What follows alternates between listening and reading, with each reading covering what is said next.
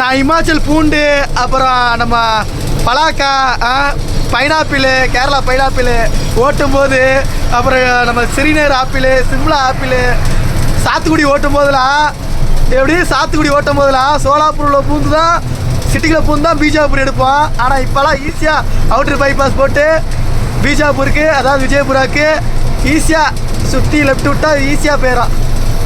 நான் லைன் ஓட்டும் போதெல்லாம் சிம்லா ஆப்பிள், ஹரியானா சாத்துக்குடி ஆரஞ்சுலாம் ஓட்டும் போதெல்லாம், பைனாப்பிள் பலாக்கா ஓட்டும் போதெல்லாம் இதில் தான் போவோம். சீரடியில் தான் போவோம். டெல்லி ஓட்டும் போதெல்லாம் சோலாப்பூர் உள்ளே போய் போவோம். இப்போலாம் அவுட்டரில் ஈஸியாக விட்டாங்க. இப்போலாம் ரொம்ப சௌரியம் பண்ணி விட்டாங்க.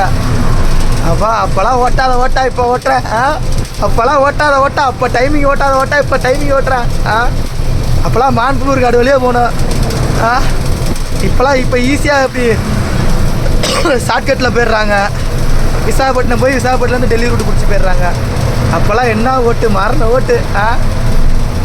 இப்போல்லாம் சுஜிபி பீஜாப்பூர், இதில் ஈஸியாக போயிடலாம். இதில் லெஃப்ட் விட்டால் ஈஸியாக போயிடலாம். அப்போல்லாம் என்ன ஓட்டு பா. நம்ம இப்போ நேராக போனோம். எப்படி நம்ம நேராக போனோம் பீஜாப்பூர் வழியே போகலாம். நம்ம நேராக சென்னை போகிறோம்ல, செங்கல்பட்டு நோக்கி ஆண்டவே வந்து கொண்டே இருக்கிறேன்.